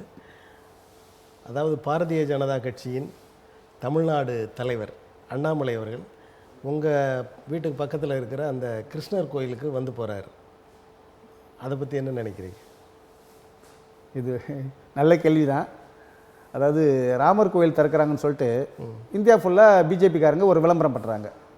அவங்க பாணியில் பண்ணுறாங்க. ஆனால் இந்த தமிழகத்தில் இருக்கிற அண்ணாமலை இருக்கார் இல்லையா, அவர் ஐபிஎஸ் படித்தவர், நல்ல அரசியலமைப்பு சட்டம் படிச்சிருக்கிறாரு. ஏன்னா அந்த ரேங்க் படிக்கணும்னா அரசியலமைப்பு சட்டம் படிக்காமல் அந்த ரேங்க் வர முடியாது. ஆனால் அவருடைய அணுகுமுறை எப்படி இருக்குன்னா, சாமி வச்சு தான் பாலிடிக்ஸ் பண்ணுற மாதிரி பண்ணிட்டார் அன்றைக்கி. அதாவது ராமர் கோயிலுக்கு கோபாலபுரம் கோயிலுக்கும் என்ன சம்பந்தம், அந்த படித்த அறிவுக்கு அவர் இடம் கொடுக்கல. அதாவது கோபாலபுரம் கோயிலுக்கும் அந்த கிருஷ்ணர் கோயிலுக்கும் பிஜேபிக்கு என்ன சம்பந்தம், அண்ணாமலைக்கு அந்த கோயிலுக்கு என்ன சம்பந்தம், ஏன் அந்த கோயிலுக்கு அவர் வரணும்? ஒரு தமிழ்நாட்டு ஒரு கட்சியின் தலைவர் அங்கே போகிறதுல என்ன இல்லை, எல்லா கோயிலுக்கும் வராங்க. ஏற்கனவே அதுக்கு தலைவர் ஓபிஎஸ் வந்திருக்காங்க, நம்ம பாண்டிச்சேரி கவர்னர் வந்திருக்காங்க. எல்லாம் வரவழி தப்பு கிடையாது. அது வந்து கோயில் யாருக்கு ஒன்றா போகலாம், எல்லாருக்கும் கோயில் சொந்தம். ஈவன் நாங்கள் கூட திருப்பதி போகிறோம், அவங்க இங்கே வராங்க. ஆனால் பர்டிகுலராக எதுக்கு கோபாலபுரம் கலைஞர் வீட்டு வாசலில் நின்று ½ அன் ஹவராக பேட்டி கொடுக்குறாரு. அந்த பேட்டி கொடுக்கறதுக்கான காரணம் வந்து அதே கலைஞர் மாதிரி நான் மாற வேண்டும் நினச்சிருக்காரு என்னமோ. இல்லை, நான் ஒரு மறுபக்கமாக சொல்கிறேன். சரி, இப்போது உளவுத்துறைன்னு ஒன்று இருக்குது. உளவுத்துறைக்கு ஒரு பிஜேபியோட தலைவர் வந்து கோபாலபுரான்னு தெரியும். ஆனால் அதே திமுகவுக்கும் அந்த விஷயம் தலைமை போயிருக்கும். அதே திமுக காரங்க ஒரு 200 பேர் 300 பேர் அங்கே சேர்ந்து தலைவிட்டார் நின்று அது வந்து ஒரு லாண்டர் பிரச்சனை வந்தால் என்ன பண்ணிருக்க முடியும்? அந்த மாதிரி வந்து திமுக காரங்க அதை நினைக்கல, அது வந்து விட்டு கொடுத்துட்டாங்க. ஏன்னா அவங்களும் அந்த கோயிலை கும்பிட்றாங்க, நம்மளும் அந்த கோயிலில் வந்து சின்ன சின்ன குழப்பங்களை உண்டாகும். அதாவது கோபாலபுரம் கோயில் வச்சு தான் பாலிடிக்ஸ் பண்ணுறதுக்கு வந்து அது தவறான ஒரு அணுகுமுறை. அதுக்கு வந்து என்ன பண்ணணும், தலைவருக்கு ஐஎஸ்எல் இருக்கிறவங்க அது ரிப்போர்ட் கொடுக்கணும். ரிப்போர்ட் கொடுத்து அது என்ன காரணத்துக்காக பண்ணியிருக்காங்க சொல்லணும். இது வந்து எனக்கு தெரிஞ்சு கோபாலபுரம் கோயிலுக்கு வந்து தமிழ்நாட்டில் கோயிலே இல்லையா? தமிழ்நாடு ராமர் எங்கேயுமே இல்லையா? ஏன் கோபாலபுரம் கோயில் தான் ராமர் இருக்காரு, அங்கே தான் வந்து குத்துவிளக்கு ஏற்றணுமா? நாள்தோறும் அவர் பேர் அடிபடணும், அண்ணாமலை அண்ணாமலைன்னு சொல்லிகிட்டே இருக்கணும், அது எதை வேணாலும் செய்யலாம்னு நினச்சி செஞ்சுருக்காரா? என்னவோ அந்த அவருடைய படிப்பும் அவருடைய நோக்கமும் ஒரு கட்சியை வளர்க்கறதுக்கு இருந்தால் கூட அதுக்காக எல்லாத்துலேயும் நம்மளுடைய தரத்தையும் படிப்பையும் தாழ்ந்து போகிறது வந்து தனி மனிதனுடைய கொள்கைக்கும் தனியுடைய ஒரு பண்பாட்டுக்கும் தன்னுடைய ஒரு சுயநலத்துக்கும் அது மாறுபட்டு தான் இருக்குன்னு நான் நினைக்கிறேன் சார். சரி, அந்த காலங்களில் கலைஞர் வந்து அந்த கிருஷ்ணன் கோயில் பக்கத்தில் தான் அவங்க வீடு இருக்குது, அந்த கோயிலுக்கு போவாரா, பார்ப்பாரா? இல்லை சார். இல்லை, சிலர் சொல்கிறாங்க அவர் இறங்கும் போதே அதை பார்த்துட்டு மனசுக்குள்ளேயே கும்பிட்டுட்டு தான் போவாருன்றாங்க. அதாவது தலைவர் குடும்பத்தை பற்றி யாருக்குமே நிறைய தெரியாது. அவங்க வந்து ஒரு வேத குடும்பத்தில் சேர்ந்த ஒரு வந்து தஞ்சாவூர் குடும்பம் படித்தவங்க. தலைவரோட பழைய ஃபோட்டோவும் அவங்க முத்துவேலரோட ஃபோட்டோவும் நீங்கள் யாராவது பார்த்துருக்கணும். அவங்க எல்லாமே இந்த முடியெல்லாம் வச்சுருப்பாங்க, எல்லாம் பண்ணுவாங்க. ஏன்னா அதுக்காக வந்து அவங்க வந்து சாமிக்கு வந்து எதிரின்றதுலாம் கிடையாது. தலைவர் எப்போ அந்த பெரியார்கிட்ட வந்து அவரோட ஸ்டூடெண்ட் மாணவனாக சேர்ந்தாரோ, அறிஞர் அண்ணா கூட சேர்ந்தாரோ, அதுலேருந்து அவருடைய பழக்க வழக்கங்கள் எல்லாமே மாறி அவர் என்ன அவருக்கு சமுதாயத்துக்காக தான் நான் சொன்ன மாதிரி சமுதாயத்துக்காக அவருக்கு வந்து அவர் பண்ண பணி வந்து யாருக்குமே தெரியாது. இன்றைக்கி இருக்கிறவங்க வந்து எஸ்சிஎஸ்டிலையோ ஒரு சிறுபான்மையரோ கிறிஸ்டின்ஸோ முஸ்லீம்ஸோ யாராக இருந்தாலும் சரி, ஈவன் நம்ம வந்து பிற்படுத்தப்பட்டவங்களும் சரி, யாராக இருந்தாலும் சரி, கலைஞரை வந்து மறந்தாங்கன்னா அதுக்கு வந்து தவறு என்ன கேட்டால் அது வந்து ஒரு பாதையாக வச்சு இன்றைக்கி நம்ம இந்த அளவுக்கு நிமிர்ந்து நிற்கிறோம்.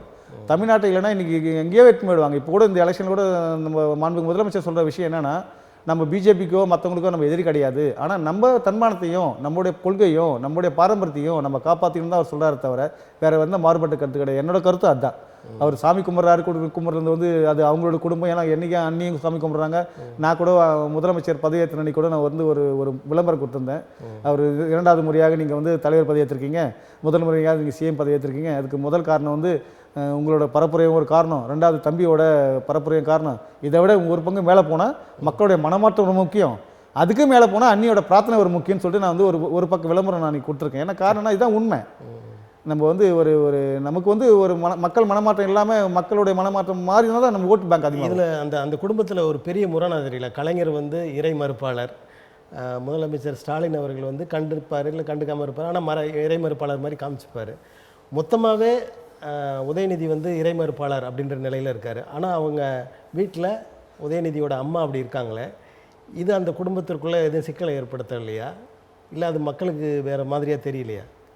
தம்பி உதயநிதி பற்றி யாருக்குமே நிறைய தெரியறதுக்கு வாய்ப்பு இல்லை. ஏன்னா அந்த தம்பி இப்போ தான் வந்து நம்ம பப்ளிக்கில் வந்து வராங்க. உதயநிதி வந்து எப்பயுமே சிரிச்சுட்டே இருப்பார். அதாவது சின்ன வயசுலேயுமே நம்ம வந்து ஃபார் எக்ஸாம்பிள் அப்போ வந்து இளையசூரியன் ஒரு பத்திரிகை இருந்தது நம்ம தெருமனையில் சொன்ன சார் வீட்டு மாடியில். அங்கே ஒரு டைப்ரைட்டிங் ஸ்டூடியோ இருக்கும். அங்கே டைப்ரைட்டிங் ஸ்டூடியோவில் வந்து மாண்புமிகு முதலமைச்சர் அங்கே இப்போ சேர்த்தாங்க. அப்போ என்ன சொன்ன, வேணா அண்ணன் ஐயா அப்பா இங்கே டேடி வருவாங்க, இங்கே வரையான்னு பார்ப்பாங்க அப்படின்னு சொல்லிட்டு அப்படி என்ன பண்ணுவார், ராயப்பேட்டாக்கு போய் தான் டைப்ரைட்டிங்லாம் படிப்பார் அப்போ அந்த காலத்துலேயே. அதாவது வந்து அவர் வந்து எப்படின்னா எதை நாசுக்காக பண்ணணுமோ அப்படி பண்ணுவார் தவிர எனக்கு தெரிஞ்சு அவர் சாமி கும்பிட்ட மாதிரி எனக்கு எந்த பழக்கமும் கிடையாது. ஏன்னா அது உண்மையிலே சொல்லப்போனால் அவருக்கு கடவுள் கொடுத்த கிஃப்ட்டோ இல்லை அவருக்கு வந்து வருங்காலத்துலேருந்து எழுதி வைக்கப்பட்ட சட்டமோ எழுதி வைக்கப்பட்ட உண்மையோ எனக்கு தெரிஞ்சு உதயநிதி ஸ்டாலின் வந்து நிறைய கோவில் கோலங்கள்லாம் போய் பண்ண மாதிரிலாம் எதுவுமே கிடையாது. படித்தார். அப்போ என்னென்னா கோபாலபுரத்துலேருந்து அவங்க அப்பயே மாறிட்டாங்க. 96-2000க்கு முன்னாடி அவங்க மாறிட்டாங்க, வேலைச்சேரி போயிட்டாங்க. வேலைச்சேரி போனோன்னா குழந்தைங்க வந்து வளவாடியில் வந்து செந்தாமரை படிச்சது, இவர் வெளியில் படித்தார். இப்படியே படித்து அவங்க லைனில் மாறிட்டாங்க. அவங்க பாலிடிக்ஸில் வந்து சாமி கும்பிட்றதுக்கோ வரல. ஆனால் அண்ணி மட்டும் எப்பயுமே காலையில் சாயங்காலம் அவங்க சாமி கும்பிட்டு தான் இருப்பாங்க. அதை விட முக்கியம் தலைவரோட மனைவி இருக்காங்க பார்த்தீங்கன்னா, தயலம்மா இருக்காங்களே, அவங்க முகத்தை நீங்கள் பார்த்தது கிடையாது. அவங்களை யாராவது கேளுங்க, இவ்வளோ பெரிய பொட்டு குங்குமம் போட்டு வச்சு மகாலட்சுமி மாதிரி இருப்பாங்க. இன்றைக்கும் மகாலட்சுமி தான் இருக்காங்க, ஒன்று உயிரோடு தான் இருக்காங்க. ஏன்னா அவங்களுடைய மனப்பக்குவம், அவங்களுடைய பிரார்த்தனைகள், கடவுள் நம்பிக்கைக்கும் திமுகவும் நம்ம தவறுன்னு சொல்கிறது வந்து அது தவறான ஒரு அணுகுமுறை. திமுக எப்பயுமே இப்போ இருக்கிற மாண்புமிகு முதலமைச்சர் வந்து ஓட்டு கேட்குறப்ப எத்தனை கோயில் இருக்கிறாங்க, எத்தனை கோயிலில் மாலை வாங்கியிருக்காங்க எல்லாருக்கும் தெரியும். நாங்களும் மாலை போட்டிருக்கோம், நாங்களும் வரவேற்றிருக்கோம். அதனால் அது தவறுன்னு சொல்ல முடியாது. ஆனால் கொள்கைக்கு தலைவரானதுக்கப்புறம் கொள்கையை தான் பார்க்கணும். திராவிட முன்னேற்ற கழகத்தில் இப்போ இருக்கிற தொண்டர்கள் தலைமையில் இருக்கிற பொறுப்பாளர்களால் சரியாக மதிக்கப்படுகிறார்களா, நடத்தப்படுகிறார்களா? நல்ல கேள்வி தான். ஆனால் காலங்கள் தான் இதுக்கு பதில் சொல்லணும். யாரையும் நம்ம குறை சொல்கிறது நல்லதில்லை. நீங்கள் பதில் சொல்ல மாட்டீங்களா? இல்லை, நான் சொல்கிறதுக்கு வந்து அந்த அளவுக்கு நான் தகுதியான ஒரு ஆளும் இல்லை. இருந்தாலும் என் மனதில் படுறத சொல்கிறதுக்கு தயக்கப்படுறதோ பயப்படுறதோ என்னோட பழக்கம் கிடையாது. தலைவர் கலைஞர் இருக்கிறப்போ இப்படி இருக்கு, திமுக எப்படி இருந்ததுன்னா, அதாவது ஒரு மாவட்ட செயலாளர்னா அவனுக்கு வந்து எந்த ஒரு பொறுப்பு கொடுக்கணும், அவனுக்கு என்ன பவர்ஸ் கொடுக்கணுன்றத வந்து அன்றாட திங்க் பண்ணி பண்ணுவார். ஒரு திமுகவோட வட்ட செயலாளர் வந்து ஒரு மாவட்ட செயலாளர் ஈக்குவலாக இருப்பான். என்ன காரணம், அவன் தப்பு பண்ணணுன்றதுக்காக கிடையாது. அவனுக்கு அந்த மாதிரி அந்த ஒரு பொறுப்பை கொடுத்தா தான் அவன் வந்து கட்சியில் ஒரு ஈடுபாடாக ஒர்க் பண்ணுவான் அப்படின்ற ஒரு மனப்பக்குவத்தை தலைவர் வந்து அதில் உணர்ந்தவர். அதே மாதிரி இப்போ இருக்கிற முதலமைச்சர் அவர்களுக்கும் நல்லா தெரியும், தெரியாமலாம் இல்லை. ஆனால் இருக்கிற காலகட்டத்தில் வர மந்திரிகளும் மாவட்ட செயலாளர்களும் எல்லாருமே பார்த்தீங்கன்னா சுயநலவாதியாக தான் இருக்காங்களே தவிர யாரும் வந்து பொதுநலவாதி. இப்போ கூட தலைவர் வந்து ஐஎஸ் ரிப்போர்ட் எடுத்திருக்காங்க, எடுத்து நிறைய பேரை வந்து சில நேரங்களில் முதலமைச்சரை சிலரை வந்து கண்டிச்சிருக்காரு இல்லையா? நிறைய கண்டிச்சிருக்காரு. அண்ணனுக்கு வந்து அதாவது தலைவரோட அதிகமான கீழ்த்தட்ட மக்களோட தொடர்பு உள்ள ஒரே தலைவர் வந்து தமிழ்நாட்டில் வந்து தலைவர் மு.க. ஸ்டாலின் தான். அதில் வந்து சந்தேகமே கிடையாது. முதலமைச்சர் வந்து அதாவது தலைவர் பற்றி தலைவர் கொள்கையில் ஒன்றா பெரிய ஆளாக இருக்கலாமே தவிர எனக்கு தெரிஞ்சு ஒரு கிராமமும் ஒரு ரோடும் ஒரு இடத்துக்கும் நம்ம மாண்புமிகு முதலமைச்சர் போன மாதிரி யாரும் போன மாதிரி சரித்திரம் கிடையாது. நீங்கள் சொன்ன மாதிரி முரசொலி மாறணும் இல்லை அறிஞர் அண்ணாவோ. இப்போ தலைமை சரியாக இருக்குது, ஆனால் அதுக்கடுத்த நிலையில் இருக்கிறவங்க கீழ்த்தட்டு அல்லது தொண்டர்களை சரியாக மதிப்பதில்லைன்னு சொல்கிறீங்களா? இல்லை சார், அதாவது ஆட்சி ஒரு அரசியல் அமைப்பு சட்டத்தில் வந்து ஒரு கட்சி ஆட்சிக்கு வந்ததுக்கப்புறம் கட்சி மட்டுமே ஆட்சி பண்ணுறது வந்து ஒரு தவறான ஒரு அணுகுமுறை. அதில் வந்து ஆட்சியாளர்களும் கட்சியும் பொதுமக்களும் எல்லாருமே ஒருங்கிணைந்து போனால் தான் அந்த ஆட்சி நல்லபடியாக போகும். அதில் வந்து பார்த்தீங்கன்னா மாண்புமிகு முதலமைச்சர் அவர்கள் வந்து ஐஏஎஸ் ஆஃபீஸரோட அவங்களோட கருத்தும் கேட்குறாரு, கலெக்டரோட கருத்தும் கேட்குறாரு, போலீஸ் டிபார்ட்மெண்ட் கருத்தும் கேட்குறாரு, கட்சிக்காரங்க கருத்தும் கேட்குறாரு. அதனால் வந்து அதை வந்து மக்கள் வந்து ஒரு வேறு மாதிரி பார்க்குறாங்க. ஆனால் அவர் இன்றைக்கி வரைக்கும் அவர் 3 வருஷமாக சிஎம் ஆகி கூட அவரோட கடமையில் எதுவும் அவர் தவறின மாதிரி எனக்கு தெரியல. எல்லாருமே அவங்க சொல்கிறது வந்து ஈஸியாக இருக்கும். அந்த இடத்துல போய் இருந்து வேலை பார்த்தா தான் அந்த கஷ்டம் என்னன்னு தெரியும். இப்போ முதலமைச்சரை விட அவர் பெரிய இப்போ வந்து முதலமைச்சர்கிட்டதுனால கீழ்த்தட்டு மக்களை நேரடியாக போய் சந்தித்து தனித்தனியாக பேசுகிறது ரொம்ப குறைவாக இருக்கும். ஆனால் உங்களை மாதிரி ஆட்கள் வந்து அதை பேசுவீங்க.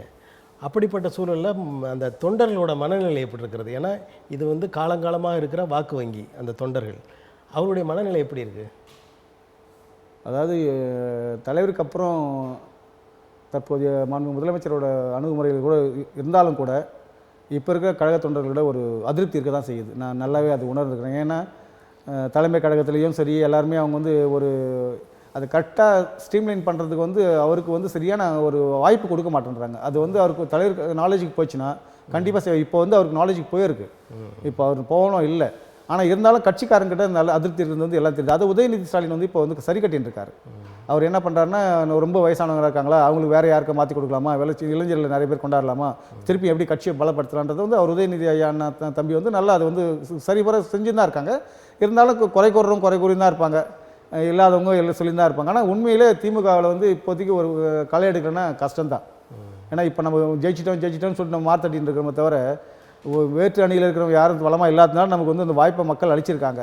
அந்த வாய்ப்பை நம்ம வந்து பயன்படுத்தி திருப்பவும் நம்ம என்ன பண்ணணும், நம்மளை ஸ்ட்ராங் பண்ணிக்கணும்.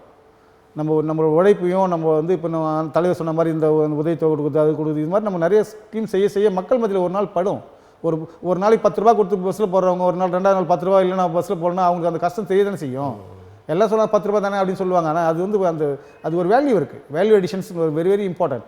நமக்கு இலவசம்னு சொல்கிறது வந்து நம்ம சொல்கிறாங்களே தவிர எல்லாம் ஈஸியாக சொல்லுவாங்க. அங்கே போய் பட்ஜெட் பார்த்தா தான் அவங்க கஷ்டம் என்னன்னு தெரியும். அதனால இப்போ காங்கிரஸ் கவர்மெண்ட் கூட நிறைய கொடுக்குன்னு சொல்லியிருக்காங்க. அது கூட நிறைய பேர் சிதம்பரம் சார் கிட்ட நிறைய பேர் கேள்வி கேட்டாங்க. அவர் அதுக்கும் பதில் சொன்னார். இது மாதிரிலாம் இருந்தால் நீங்கள் இவ்வளோ ஆளுங்க நீங்கள் லோன் தள்ளி போய் அதே பணத்தை நீங்கள் நான் கொடுக்கக்கூடாது அவர் கேள்வி கேட்டால் சொல்கிறாங்க. சாத்தியமாக தான் பார்ப்போம், பொறுத்து தான் பார்க்கணும். ஒரு காலத்தில் காங்கிரஸ் கட்சியினர் ஜமீன்தார்களாக இருந்தாங்க, பணக்காரர்களாக இருந்தாங்க, அது வந்து ஒரு பணக்கார கட்சி அப்படின்லாம் சொல்லிட்டு இருந்தாங்க. அந்த நிலைமை இன்று திராவிட முன்னேற்ற கழகத்தில் இருக்கிறது என்று மக்கள் பேசுகிறார்கள். ஏன்னா ஒவ்வொரு மாவட்டங்களையும் ஒரு சில மந்திரிகள் சில பெருந்தலைகள் உட்கார்ந்து கொண்டு அரசாட்சி செய்கிற மாதிரி ஒரு நிலை இருக்கிறது. இதை எப்படி பார்க்குறீங்க? அது நீங்கள் சொன்னது உண்மை தான். அதாவது 60லேயும் 70லேயும் வந்து காங்கிரஸ்காரங்க வந்து பார்த்திங்கன்னா மிகப்பெரிய முதலாளிகள்கிட்ட தான் அவங்க வந்து ஒரு பொறுப்பு கொடுப்பாங்க. அவங்க தான் அது வந்து அவங்களுக்கு ஒரு போஸ்டிங்கோ இதெல்லாம் கொடுத்துருந்தாங்க. அதாவது காங்கிரஸ் வந்து எதிர்த்து சிறுபான்மையரோ தாழ்த்தப்பட்ட மக்களும் ஒடுக்கப்பட்ட மக்களும் அதை எதிர்த்து நின்று தான் நம்ம வந்து ஆட்சி பிடிச்சிருக்கோம். அது நீங்கள் முதல் சொன்ன கருத்து நியாயம்தான். 2வது கருத்து வந்து இன்றைக்கி இருக்க காலகட்டத்தில் யாரும் பணம் தான் பார்க்குறாங்களே தவிர யாரும் வந்து மற்றவங்களோட வந்து எதிர்பார்க்குற மாதிரி இல்லை. ஏன் ஏடிஎம்கில் இல்லாமல் இருக்காங்களா, இல்லை காங்கிரஸில் இல்லாமல் இருக்காங்களா, இல்லை பிஜேபியில் இல்லாமல் இருக்காங்களா, எல்லாரும் தான் இருக்க தான் செய்கிறாங்க. இது மக்களுடைய கருத்து. அதில் ஒரு மாற்று கருத்து உண்டு. அண்ணா திராவிட முன்னேற்ற கழகத்தில் அந்த பணக்காரர்கள் மாறிக்கொண்டே இருக்கிறார்கள். வெவ்வேறு ஆட்கள் வராங்க, அதில் பொறுப்புலையும் வெவ்வேறு ஆட்கள் வராங்க. ஆனால் இதில் ஒரு குறிப்பிட்ட சிலர் மட்டும்தான் திராவிட முன்னேற்ற கழகத்தில் தொடர்ந்து எம்எல்ஏக்களாகவோ அமைச்சர்களாகவோ மக்களவை உறுப்பினர்களாகவோ இருந்து கொண்டே இருக்கிறார்கள். இல்லை, இப்போ மாண்புமிகு முதலமைச்சர் அவர்களுடைய இப்போ இந்த மந்திரி சபையில் பார்த்தீங்கன்னா கூட மாற்றுக் கட்சியிலேருந்து வந்தவங்களோட ஒரு 5-6 பேர் இருக்காங்க. ஏன் கொடுத்துருக்காருன்னா அவங்களுடைய உழைப்பு அவங்களுடைய திறமை தான் பார்த்தா அவர் வந்து அந்த பொறுப்பு கொடுத்துருக்காரு. அதே மாதிரி இப்போது பழைய ஆளுங்கள் இருக்கிறாங்கன்னா அவங்களுக்கு வந்து அந்த துறையை பற்றி ஓரளவுக்கு நல்லா தெரிஞ்சிருக்கிறதுனால அந்த துறையில் தவறு நடக்கக்கூடாதுக்காக ஒரு சிலர் கொடுக்கலாம். அதே மாதிரி இன்னொரு விஷயமும் இருக்குது, நம்ம பார்க்கணும். நம்ம எல்லாமே எடுத்துன்னு கோத்துன்னு சொல்கிறத விட இப்போ பொதுச் செயலாளராக இருக்கிறாரு துரைமுருகன் ஐயா அவர்கள். அவருக்கு வந்து ஒரு ஒரு மந்திரி பதவி கொடுக்கலன்னா அவர் என்ன நினைப்பார், அவர் ஒரு மாதிரி நினைப்பாங்க இல்லையா? அதெல்லாம் வந்து கட்சியில் வந்து இதையும் பார்க்கணும் அதையும் பார்க்கணும். நாளைக்கு ஓபிஎஸ் வந்தால் மட்டும் பண்ணிவிடுவாரா, இல்லை இபிஎஸ் வந்தால் பண்ணிவிடுவாரா? அவங்களும் அவங்க மாவட்ட செயலாளரையும் கட்சிக்காரங்களையும் அரகடிச்சா போகணும். நீங்கள் சொன்ன ஒரு கருத்து வந்து எல்லாரும் ஜாம்பவான் ஆகிட்டாங்க, பணக்கார ஆகிட்டான்றது வந்து மக்கள் தான் அதை எதிர்பார்க்கணும். மக்கள் மத்தியில் தான் நம்ம அந்த கேள்விக்கான பதிலை நம்ம எதிர்பார்க்கணும். நம்ம வந்து யாரையும் நேரடியாக சொல்கிறதோ நம்ம சொல்கிறதெல்லாம் கேட்டு சொல்கிறதோ நல்லது கிடையாது. இப்போ பொதுவாக அண்ணா திராவிட முன்னேற்ற கழகமும் பாரதிய ஜனதா கட்சியும் திராவிட முன்னேற்ற கழகத்தை பெரிதாக எதிர்த்து கொண்டிருக்கிறார்கள். அப்படி அவங்க எதிர்த்து சொல்கிற செயல்பாடுகள், அதாவது காரணங்கள்லாம் போதை பொருட்கள் தமிழ்நாட்டில் நிறைய வந்துருச்சு, அதை வந்து தடுக்க இந்த அரசு தவறிவிட்டது அப்படின்னு சொல்கிறாங்க.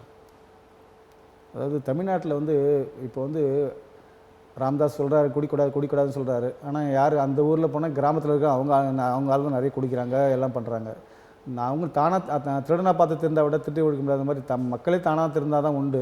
இந்த போதைப் பொருள் வந்து இப்போ இருக்கிற கலாச்சாரத்துக்கு வந்து மக்களோட இருக்கிறது வந்து காரணம் வந்துன்னா இந்த டிஜிட்டல் டெக்னாலஜி, பொருளாதார வளர்ச்சி, பழக்க வழக்கங்கள் இதெல்லாம் வந்து ரொம்ப அதிகமாகிடுச்சு.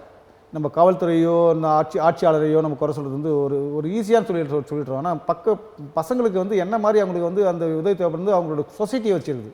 அதாவது அந்த எப்படி சொல்கிறது, சுற்றுப்புற சூழல். இந்த சுற்றுப்புற சூழலை வச்சு தான் நம்ம வந்து நார்த் மெட்ராஸில் அதிகமாக இருக்குது, கோபாலபுரத்தில் இல்லை, டி நகரில் இல்லைன்னா என்ன காரணம்னா அங்கே வந்து மக்கள் வந்து அங்கே அவங்கவுங்க வேலையை பார்க்குறாங்க, அங்கே வந்து கூட்டம் கூடுறாங்க, பசங்க வந்து இப்போ சேர்றாங்க, எல்லாம் பண்ணுறாங்க. அதுதான் காரணமே தவிர வேறு காரணம் போதைப்பொருள் வந்து ஒழிக்க வேண்டிய ஒரு முக்கியமான விஷயம். ஏன்னா இதனால் வந்து குடும்பங்கள் பாதிக்கப்பட்டு மட்டும் நம்ம சீரழிஞ்சு போயிடுவோம். அதுவும் ஏழை பசங்க சீரழிஞ்சால் அதுக்கு ரொம்ப மன வருத்தமாக நமக்கு தான் இருக்கும். ஏன்னா அது அந்த மாதிரி அதுங்க வாழ வேண்டிய ஒரு நல்ல குடும்பமாக இருக்கும். அதுங்களை வந்து நம்ம விடக்கூடாது. இதை வந்து நம்ம முற்றிலும் ஒழிக்கணும். ஆனால் இதுக்கு முக்கியமான காரணம் வந்து காவல்துறை வந்து இதை வந்து கொஞ்சம் நல்ல இன்னும் ஒரு எடுக்குப்படியாக பண்ணி அதை கரெக்டாக பிடிக்கணும். இப்போ யாரோ ஒருத்தர் வந்தார், யாரோ ஒரு முஸ்லீம் வந்தார், திமுக தொடர்பு இல்லைன்னு சொல்கிறாங்களா, வந்து யாராக இருந்தால் என்ன, இது தப்பு தானே, அவங்களும் தண்டிக்கப்படணும். அந்த மாதிரி வந்து ஒரு கொரியர் கம்பெனி வச்சுட்டு ஒரு போதைப் பொருள் கடத்துறது வந்து ஒரு சாதாரண ஒரு தவறான ஒரு அணுகுமுறை தானே. அது யார் நான் பண்ணால் கூட தப்பு தான். அதனால் அதை ஒழிக்கணும். போதைப் பொருள் வந்து ஒழிச்சு தான் ஆகணும். அது வந்து போதைப் பொருளை ஒழிக்கணும். ஆனால் மது விலக்கு இங்கே கொண்டு வர மாட்டீங்க, அது என்ன முரண்? மது விலக்குன்றது வந்து பார்த்தீங்கன்னா சார், நீங்கள் ஒரு உலகத்தில் நீங்கள் மற்றதெல்லாம் போய் பார்க்கணும். அதாவது ஒரு ஜப்பானில் 12 மணி நேரம் உழைக்கிறாங்க. வீடு வாசல் அதுலாம் அவங்களுக்கு கிடையாது, சின்ன இடத்துல தான் வாழ்வாங்க. 24 ஹவர்ஸ் அவங்களோட எண்ணங்கள் வந்து பார்த்திங்கன்னா கண்ட்ரி, பிஸ்னஸ், பொருளாதார வளர்ச்சி, இதில் தான் அவங்களோட கண்ணுங்கருத்தாக இருப்பாங்க. அப்போ அவங்களுக்கு ரிலாக்ஸேஷன் வேணும். அப்போ என்ன பண்ணுறாங்க, அவங்களுக்கு வந்து நல்லா தான் குடிக்கிறாங்க, நல்ல சிகரெட் பிடிக்கிறாங்க. ஆனால் அது என்ன பண்ணுறாங்க, அந்த நெக்கோடின்னு ஒன்றை வந்து ரொம்ப கட் பண்ணி கொடுக்குறாங்க. இப்போ இருக்கிற இங்கே டிஸ்டிலரிஸ்லாம் என்ன பண்ணுறாங்க, போதை ஊற்றி தானே விற்கிறாங்க. அதுக்கு இப்போ அரசு தலைமையில் அது அரசியலில் இருக்கிற என்ன பண்ண ஐபிஎஸ் ஐஏஎஸ் ஆஃபீஸர்லாம் என்ன பண்ணணும், அது வந்து உணவுத்துறையில் இருக்கிறவங்க அதெல்லாம் கண்ட்ரோல் பண்ணணும். கண்ட்ரோல் பண்ணாமல் மக்களை வந்து சாவடிக்கிறாங்க, அதான் உண்மை. ஆனால் அது ரொம்ப அவ்வளோ ஈஸியாக நம்ம ரெக்டிஃபை பண்ணுறதுன்றது ரொம்ப எனக்கு தெரிஞ்சு தமிழ்நாட்டிலையோ இல்லை நம்ம இந்தியாவிலேயோ ரொம்ப கஷ்டம் தான். ஏன்னா இந்தியாவில் எல்லாம் போதைப் பொருள் தான் இருக்கிறாங்க. நம்ம ஏன் தமிழ்நாட்டை எடுத்துக்கிறீங்க, தமிழ்நாட்டில் நீங்கள் குட்கா பற்றிலாம் பேசுகிறீங்க. குஜராத்தில் போய் பாருங்கள், ஒரு சாதாரண 120 வயசு 100 வயசு பாட்டி கூட குட்கா போடுது, எல்லாம் பண்ணுது. ஏன்னா அவங்களோட உணவு பழக்கவங்களை அதை வந்து சேர்த்துக்கிட்டாங்க அவங்க. அது மாதிரி இங்கே வந்து போதைப் பொருள் வந்து மக்கள்கிட்ட வந்து அது ஒரு அன்றாட வாழ்க்கைக்கு தேவைப்படுற ஒரு முக்கியமான விஷயமாக எடுத்துக்கிறாங்க. நாளடைவில் மாறும், அவங்களும் பாதிக்கப்பட்டாங்களோ அவங்களும் மாறுவாங்க. இப்போ மதுவை கொண்டு வந்து அது நடந்துகிட்ருக்கு. இதோட தொழிற்சாலைகள்லாம் திராவிட முன்னேற்ற கழகத்தின் பெரும்புள்ளிகள் கையில் இருக்கிறது. ஆகவே அதை மதுவிலக்கை கொண்டு வர மாட்டேங்கிறாங்க. அதோட இன்னொன்று என்ன சொல்கிறாங்கன்னா, மதுனா கல், அந்த பனங்கள் தென்னங்கள்லாம் அது மது தான், அது உடலுக்கு ஊறு விளைவிக்காதது. அதையெல்லாம் கொண்டு வராமல் இவர்களுடைய பணம் பெருக வேண்டும், இவர்களுக்கான பொருளாதாரம் பெருக வேண்டும் என்பதற்காக இந்த சரக்குகள்லாம் விற்கிறாங்க அப்படின்ற ஒரு நல்ல கருத்து தான். ஏன்னா நீங்கள் சொன்ன மாதிரி கிராமத்தில் இருக்கிறவங்களும் தென்னங்கல், பனங்கல், அந்த அது என்ன சொல்கிறது, அந்த கல்லுலேயே வந்து வெள்ளத்தை போட்டு அது ஒரு பண்ணி அதெல்லாம் பனைத்தொழிலெல்லாம் இருந்தது. இப்போ என்ன கிராமத்தில் இதை வந்து நம்ம பேசுகிறது தவிர கிராமத்தில் இன்னும் மரங்கள்லாம் ரொம்ப கம்மியாகிடுச்சு. பனை மரம் தென்னை மரம்லாம் இல்லை. நானும் சுற்றுப்பயணம் போயிருக்கேன், எல்லாத்தையும் பார்த்துக்கிறேன். அது முன்னே இருந்த மூணு காலங்களில் மழை பெய்யும், எப்பயுமே பச்சை பசங்க. அவங்களாம் பண்ணாமல் இல்லை, அரசு தடை போட்டிருக்கிறதுனால தானே பண்ணாமல் இருக்காங்க. இல்லை அவங்க தவறான அந்த வழியில் போயிடுறாங்க. லைசன்ஸ் எல்லாம் பண்ண அரசாங்கம் அதுக்கு ஒரு என்ன பண்ணால் ஸ்க்ரூட்டினை பண்ணி அது மக்களுக்கு தேவையா இல்லையா, எந்த பகுதியில் கொடுக்கலாம், எப்படி கொடுக்கலான்றது வந்து அரசாங்கத்தில் இருக்கிற ஆட்சியாளர்கள் வந்து அதுக்கு வந்து முதலமைச்சருக்கோ இல்லை வந்து ஐஎஸ் டிபார்ட்மெண்ட்லையோ இல்லை போலீஸ் டிபார்ட்மெண்ட்லையோ அவங்க அதுக்கு ஒரு வழி பண்ணாங்க. நீங்கள் சொன்ன மாதிரி பெரும் முதலாளிகள் வந்து சாராய தொழிற்சாலை மட்டும் வச்சுருந்த மாட்டோம், அவங்களுக்கு மட்டும் நம்ம சப்போர்ட் பண்ணிவிட்டு சாதாரண மரம் ஏறாமல் ஒரு தொழிலாளிக்கு வந்து நம்ம சப்போர்ட் பண்ணால் ஒரு நல்ல விஷயம் இல்லை தான். முதலமைச்சர் அதெல்லாம் பார்க்காம இருக்க மாட்டார், கண்டிப்பாக பார்ப்பாரு. அதுக்கும் ஒரு காலங்கள் பதில் சொல்லணும்னு நினைக்கிறேன் சார். தமிழ் மொழியை ஒரு மூலதனமாக வைத்து இந்த அரசு பதவிகளுக்கு வந்த திராவிட முன்னேற்றக் கழகமோ அண்ணா திராவிட முன்னேற்றக் கழகமோ அந்த மொழி சார்ந்த செயல்பாடுகளில் முன்னேற்றங்களில் தொடர்ந்து அதை பயன்படுத்தி வருகிற சூழலில் நாங்கள் தான் உண்மையான தமிழர்கள், தமிழ் தேசியவாதிகள் என்று நாம் தமிழர் சீமான் சொல்கிறாரு. அப்படி சொல்லும்போது அவரை நோக்கி திராவிட முன்னேற்றக் கழகத்தில் இருக்கிற தமிழ் ஆர்வலர்கள் செல்கிறார்கள், திராவிட முன்னேற்றக் கழகம் செல்வாக்கை இழக்கிறது அப்படின்னு ஒரு வாதம் இருக்கிறது. அண்ணன் சீமான் பற்றி நம்ம தப்பாக சொல்கிறதுக்கு நமக்கு வந்து தவறு. ஏன்னா அவர் வந்து கத்துவார் தவிர வந்து அவர் வந்து நான் என்னோட பாணியில் நான் அவரை நிறைய தடவை பார்த்துருக்கேன். அவர் ஏதோ ஒரு கொள்கையில் அவரோட பயணத்தை பயணிச்சுன்னு இருக்கிறாரு. ஆனால் தமிழ்நாடுன்றது வந்து தமிழ்ன்றது வந்து சீமானுக்கோ இல்லை வந்து முதலமைச்சருக்கோ எனக்கோ உங்களுக்கோ வந்து சார்ந்தது கிடையாது. It's a legal language. ஒரு குழந்தை பெற்ற உடனே ஒரு சன் டிவியில் வந்து டிவி பார்த்துன்னா டக்குன்னு தலை திருப்போம், அந்த மியூசிக் பார்த்தோன்னே திருப்போம். அது மாதிரி ஒரு குழந்தைக்கு வந்து லீகல் லாங்குவேஜ் சொல்லுவாங்க. அது குறிக்கார பொம்பளையாக இருந்தால் குறிக்கார லாங்குவேஜ் பேசும், தெலுங்கு போனால் தெலுங்கு பேசும், கன்னடனா கன்னடம் பேசும், தமிழ் இருந்து தமிழ் பேசும். இந்த தமிழை வந்து லீகல் லாங்குவேஜ் தான் உருவாக்கியதை தவிர சீமானோ நீங்களோ நானோ யாருமே கிடையாது. It's a customs of law, customs of legal language. இதை வந்து யார் புரிஞ்சுக்கிறது வந்து உண்மையாக படித்தவங்க தான் அது புரியும். தமிழ்ன்றது வந்து நமக்கு அதுக்கப்புறம் நம்ம படிக்கிறது வந்து தமிழில் படிக்கிறது வந்து அந்த தலைவர் மாதிரியோ அந்த நிறைய இலக்கியங்கள் படிக்கிறது, அதை படிக்கிறது, இதை படிக்கிறது, அது மாதிரி மாறுபட்டது. தமிழ்ன்றது வந்து நம்மளுடைய பாரம்பரியமான ஒரு செயல் வாழ்க்கை மொழி. சாப்பாடு கொடுங்க, என்னை அடிக்காதீங்க, என்னை துன்புறுத்தாதீங்க, என்னை அவங்க தான் கொள்கிறாங்க, இதெல்லாம் சொல்கிறது வந்து அவனோட உரிமைக்கான ஒரு மொழி. இந்த மொழி வந்து நம்ம வந்து யாருக்கும் சொந்தம் கிடையாது. அதை நான் அதற்கு வரல. அதாவது தமிழ் ஆர்வலர்கள், தமிழ் பற்றாளர்கள், திமுகவில் இருக்கிற அந்த ஆட்கள் சீமானை நோக்கி செல்கிறார்கள் என்ற ஒரு பார்வை இருக்கிறது. அதை நம்ம மறுக்க முடியாது. தமிழ் ஆர்வலர்கள்ன்றவங்க வந்து கண்டிப்பாக வந்து இவங்க எதுவுமே தமிழ் சும்மா நானோ இல்லை திராவிட முன்னேற்ற கழகமோ அண்ணா திராவிட முன்னேற்ற கழகமோ இல்லை மற்ற கட்சிகளோ என்ன பண்ணுவோம், தமிழையே பேசாமல் தமிழையே முக்கியத்துவம் கொடுக்காம வேறு ஏதாவது முக்கியத்துவம் கொடுக்குற மாதிரி சில யாருன்னா அது விருப்பப்பட்டால் அவங்க போக தான் செய்வாங்க, அவங்கள நம்ம தடுக்க முடியாது. ஆனால் அதுக்காக திமுக வந்து நீங்கள் வந்து கம்மியாகிடுன்றது வந்து என்னோட கருத்து கிடையாது. அண்ணன் சீமானும் ஒரு அரசியல் பண்ண தான் செய்வார், மற்றவங்களும் அரசியல் பண்ண தான் செய்வாங்க. அவருக்கும் அந்த வாய்ப்பு கிடைக்கிறப்போ அவரும் அது வந்து அதை புரிஞ்சுப்பார். ஆனால் தமிழ்ன்றது வந்து என்னை பொறுத்த வரைக்கும் இந்த இப்போ நீங்கள் சொல்கிறீங்களா பிஜேபிக்காரங்களுக்கு இந்த தமிழ்ன்ற ஒரு வார்த்தையை வந்து அவங்களுக்கு நம்ம எதுக்கு கொடுக்கணும் சொல்லுங்கள் பார்ப்போம். இன்றைக்கி வந்து வடமாநில தொழிலாளர்கள் இங்கே வந்திருக்காங்க, அவங்களாம் ஓட் பேங்க் கொடுக்குறோம், அவங்க வந்து இங்கே ஒர்க் பண்ணுறாங்க, நம்மளுக்குலாம் வேலை வாய்ப்பு கம்மியாக இருக்குது. இப்போ இங்கே ஒன்றும் இல்லை, நீங்கள் வந்து சென்ட்ரல் கவர்மெண்ட்டோட எந்த இன்டர்வியூ போய் பாருங்கள், அது இப்படி தான் இருக்குது. என் பொண்ணே வந்து எம்பிபிஎஸ் பிடிச்சிட்டா, இப்போ வந்து நீட் எழுத போகிறா, இதோடய 3 தடவை 3 ஸ்டேட் போயிருக்கா, எக்ஸாம்லேயே பாஸ் பண்ண முடியல. அவளே வந்து அவளுக்கு ஒரு கேள்விக்குறி வருது, என்னென்னா சம்திங் அதில் இருக்குதோ என்னமோன்னு அவங்களுக்கு ஒரு படித்த பசங்களுக்கு ஒரு நுணுக்கம் வருது. அதாவது சூடுபட்டால் தான் அந்த கஷ்டம் தெரியுன்ற மாதிரி. இப்போ தமிழக முதல்வர் வந்து இந்த நீட் பற்றி பேசுகிறது வந்து எல்லாரும் வந்து வேறு மாதிரி பார்க்குறாங்க. அம்மா ஒரு நீட்டுக்காக பார்க்குறாரு, ஒரு உழைக்கிறான்னு. அந்த நீட்டுன்றது வந்து எவ்வளோ பெரிய விஷயன்றது வந்து நம்ம வந்து பார்க்கணும். ஏன் ஒரே விஷயம் நான் உங்களுக்கு கேட்க தப்பாக எடுத்துக்காதீங்க, தமிழ்நாட்டில் மட்டும் இந்தியாவில் மட்டும் நிறைய எக்ஸாம் இல்லையா, ஐபிஎஸ் இல்லையா, ஐஏஎஸ் இல்லையா, ஆடிட்டர் இல்லையா, டாக்டர் இல்லையா, எல்லாம் இல்லையா? ஏன் இந்த நீட்டுன்றது மட்டும் நீங்கள் அது பெருசாக நினைக்கிறீங்க? படித்து வரவங்க எல்லாம் 12ஆம் கிளாஸ் படிக்கிற வரைக்கும் படிக்க மாட்டான், அந்த ஒரு நீட்டில் மட்டும் பாஸ் பண்ணுற மாதிரி நீட் அது நினைக்கிறீங்கன்னா இது தவிர நமக்கு அணுகுமுறை. இதுக்கு ஏற்கனவே நம்ம அட்வொகேட்ஸ்னால் நம்ம ஜட்ஜஸ்லாம் நிறைய கருத்துரை கொடுத்துருக்காங்க. நீட்டு வேண்டான்றீங்க? நீட் வேண்டான்னு சொல்கிறாங்க. நீட்டை வந்து ரொம்ப அதுக்கு ப்ரெஷர் ஒன்றும் இல்லை, முடியல, என்ன இருக்குது, இந்த இதெல்லாம் அவங்க அணுகுமுறை வந்து பசங்களுக்கு பயமுறுத்துது. அதனால் அவங்க அங்கே போய் இப்போ சரியான எக்ஸாமில் அவங்க அட்டன் பண்ண முடியல, அவங்களோட மனமாற்றம் ஏற்படுது, அவங்கள துன்புறுத்த விதம் வந்து சரியில்லை. என்ன இதெல்லாம் இந்த நாட்டிலே நடக்கிறது கிடையாது. ஏன்னா நிறைய பேர் லண்டன் யூனிவர்சிட்டிலையோ ஆக்ஸ்போர்ட் யூனிவர்சிட்டிலையோ எங்கே போய் எங்களை அமெரிக்காவில் படிச்சு வந்தாங்கன்னா அவங்க அந்த கஷ்டம் தான் தெரியும், பார்ப்பாங்க அவங்க எப்படி ஸ்டூடெண்ட்ஸ்லாம் எப்படி நடத்துறாங்க. இந்தியாவில் பொறுத்த வரைக்கும் அந்த இந்திய அரசியல் வந்து ரொம்ப தப்பாக இருக்குது. அது போய் பிஜேபி கவர்மெண்ட்டாலும் சரி, எந்த கவர்மெண்ட்டாலும் சரி, இந்த நீட் இண்டஸ்ட்ரியில் அவங்க அணுகுமுறை ரொம்ப தவறாக இருக்குது, ரொம்ப மன வருத்தத்தை தருது. வைங்க எக்ஸாம் வைங்க, பாஸ் பண்ணுறது தப்பு இல்லையா? +2 எக்ஸாம் தான் வைக்கிறாங்க, எம்பிபிஎஸ் எக்ஸாம் வைக்கிறாங்க, எல்லாம் வைக்கிறாங்க, வைங்க எக்ஸாம் வைங்க. பசங்களுக்கு படிப்பு முக்கியம் தான். அதுக்காக தப்பு பண்ணிட்டு போய் பாஸ் பண்ணிட்டு போய் நாளைக்கு ஒரு பேஷண்ட்டை கொலை பண்ணிட்டாங்கன்னா நம்ம பாதிக்கப்படுறது நம்ம தான். ஆனாலும் அந்த அணுகுமுறை அது எப்படி பண்ணணும்? ஏன் எல்லாருக்கும் வந்து நீங்கள் அந்த நீட் பண்ணுறதுனால என்ன, நீட்டில் பாஸ் பண்ணால் தான் அவன் எம்பிபிஎஸ் ஆகணும், நீட்டில் பாஸ் பண்ணால் தான் ஐஏஎஸ் ஆகணும்னா நீங்கள் எதுவும் பண்ணால் தான் எப்படி பண்ண முடியும்? ஏன் சர்வீஸ் கமிஷன் இல்லையா? ஏன் யூபிஎஸ் வச்சுல நீங்கள் டெல்லியில் ஏன் அதெல்லாம் இல்லாமல் ஏன் இப்போ மட்டும் பண்ணுறீங்க? ஃபார் எக்ஸாம்பிள் இப்போ கூட பிஜேபி கவர்மெண்ட்டோட அணுகுமுறை எப்படி இருக்குன்னா, நீங்கள் சொன்ன மாதிரி இந்த கோவில் இப்போ ராமர் கோயில் தந்தால் பிஜேபி, அண்ணாமலை கோபாலவர் வந்தால் பிஜேபி, யார் வரணும்னா பிஜேபி இல்லை. இது வந்து என்ன பண்ணி அவங்க சாமி வச்சு தான் சாமி அரசியல் பண்ணுற மாதிரி நினைக்கிறாங்க. அதே மாதிரி இவங்க வந்து நீட்ன்றதை பார்த்தீங்கன்னா அவங்க வந்து படித்த பணக்கார வர்க்கத்துக்கு மட்டும் தான் சப்போர்ட் பண்ணுற மாதிரி அவங்களுக்கு தான் பண்ணுற மாதிரி தான் இருக்குதே தவிர இந்த நீட் வந்து ஏழைங்களுக்கு போய் சேர்த்துன்னு அவங்க உணர மாட்டாங்களே. இப்போ ஒரு நாமக்கல்ல ஒரு படிக்கிற பொண்ணு வந்து இன்றைக்கி 10th ஃபஸ்ட் மார்க் எடுக்குது. நாமக்கல் இருந்தால் சென்னை சிட்டியா இல்லை பெங்களூரா இல்லை மும்பையா? அந்த அந்த அந்த கிராமத்தில் படிக்கிறதுல அது பீடி தொழிலாளி சைக்கிள் ஓட்டுற பொண்ணுலாம் படிக்கிறது இல்லை. அப்போ அதுங்களுக்கு அறிவு இருக்கு இல்லையா? அந்த அறிவு என்ன பண்ண முடியும்? அப்போ அந்த அறிவு வச்சு எதுவுமே பண்ண முடியாது சார். வாழ்க்கைக்குன்னு ஒரு அறிவு இருக்குது. அறிஞர் அண்ணா எப்படி இருந்தார்? கலைஞர்லாம் படிச்சுட்டு வந்தாங்களா? வாழ்க்கைக்கு ஆண்டம் கொடுக்குற அறிவுன்னு ஒன்று இருக்குது. அது நடைமுறையில் வாழ்க்கை கல்வி படிக்கிறவங்களுக்கு பயமுறுத்தாமல் அவங்களுக்கு சாதாரண வெட்டிங்கன்னா அவங்களே அந்த அறிவை பயன்படுத்துவாங்க. அந்த அறிவை பயன்படுத்தி இந்த நீட் ரொம்ப தடையாக இருக்குது தான் என்னோட கருத்து. ஒரு காலத்தில் திராவிட முன்னேற்றக் கழகம், அண்ணா திராவிட முன்னேற்றக் கழகம், இவங்க 2 பேரும் தான் போட்டியாக இருந்தாங்க.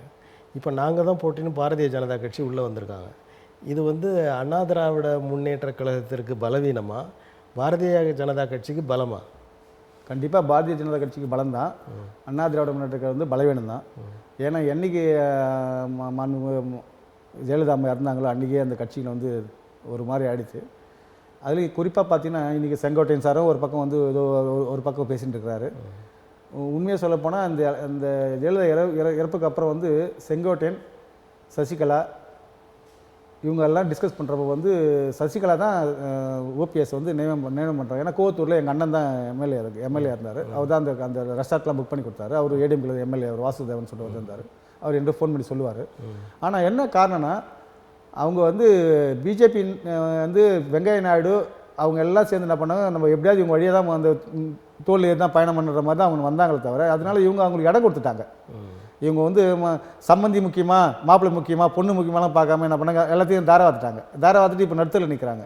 எனக்கு தெரிஞ்சு இன்னும் கொஞ்சம் இந்த காலகட்டத்தில் இப்படியே போச்சுன்னா ஓபிஎஸ்ஓ யூபிஎஸ்ஓட இருப்பாங்களான்றது என்னோட மாறுபாடு. ஆனால் கட்சிக்காரங்க இருப்பாங்க. கட்சி அண்ணா திராவிட முன்னேற்ற கழகம் வந்து நான் இல்லைன்னு நான் சொல்கிறதுக்கோ அவங்களுக்கு எதிரி நான் சொல்கிறதுக்கு தயாராக. ஏன்னா எங்கள் திமுக எப்படியோ அதே மாதிரி அதுவும் ஒரு நல்ல கட்சி தான். அது கட்சி இல்லைன்னு சொல்ல முடியாது. ஆனாலும் எங்கள் திமுக வந்து யாருக்கும் அந்த மாதிரிலாம் அடமான வச்சு தான் சரித்திரமே கிடையாது. நீங்கள் வந்து 1960 எடுத்து இப்போ 2024 வரைக்கும் நீங்கள் பாருங்கள், திமுக வந்து இது மாதிரி மிகப்பெரிய ஒரு பெண்டிங் பண்ணுற மாதிரி ஒரு கட்சியாக இருந்தது கிடையாது. அது அவங்க தொண்டர்களுக்கு தெரியுது. அவங்க அதுக்கு தேவைப்படுற நேரத்தில் அது அந்த கரெக்டாக அந்த கருத்தை அவங்க கொண்டாடுவாங்க. ஏன்னா இப்போ வந்து சசிகலாவும் வரன்றாங்க, ஓபிஎஸும் வரன்றாரு, இபிஎஸும் வரன்றாரு, எல்லாம் வரன்றாங்க.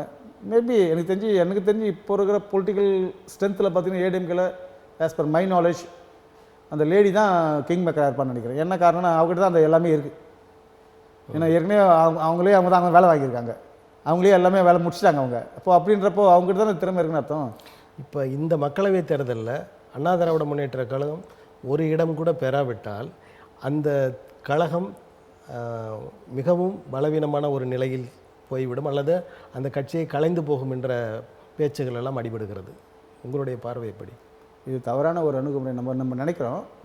அதாவது அண்ணன் எடப்பாடியாரோட வந்து ஒரு விஷயத்தை மட்டும் அவர் நம்ம பாராட்ட வேண்டிய விஷயம். பிஜேபி கூட அவர் வந்து போக மாட்டேன்னு சொன்னது ஒரு நல்ல கருத்து.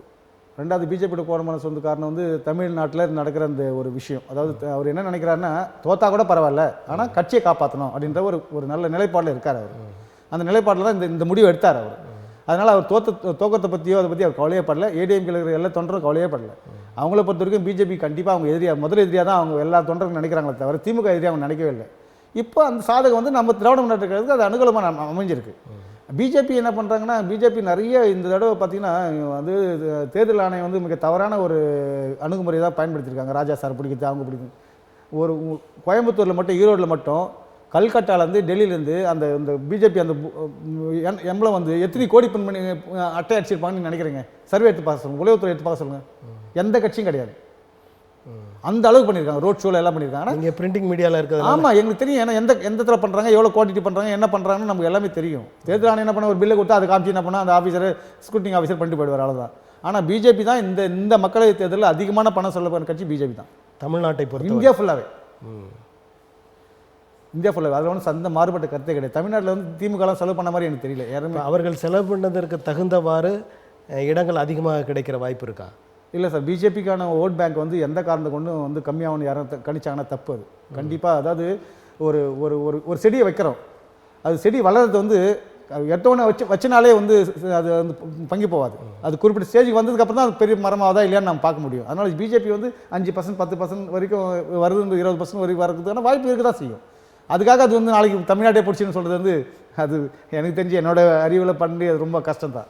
அது அவ்வளோ ஈஸி கிடையாது. அது தமிழ் மக்களோட மணமக்கன்றது வந்து அது கலைஞரோ இல்லை எம்ஜிஆரோ இல்லை ஜெயலலிதாவோ இருக்கிற நம்ம மாண்பு முதலமைச்சரோ யாரும் ப்ரெடிக்ட் பண்ண முடியாது. தமிழக மக்கள் மிக மிக புத்திசாலிகள். அவங்கள வந்து யாரும் அவ்வளோ ஈஸியாக நம்ம வந்து மனமாற்றத்தை ஒன்றும் பண்ண முடியாது. நன்றி. உங்களது மதிப்புமிகு நேரத்தை தமிழன் தொலைக்காட்சிக்கு தந்து உங்களது கருத்துக்களை பகிர்ந்தமைக்கு எங்களது உளங்கணிந்த நன்றி. வணக்கம் ஐயா. வணக்கம் ஐயா. வணக்கம் ஐயா. நேயர்களே, இன்னொரு அரசியல் அரங்கம் நிகழ்வில் மற்றொரு ஆளுமையுடன் சந்திப்போம். நன்றி, வணக்கம்.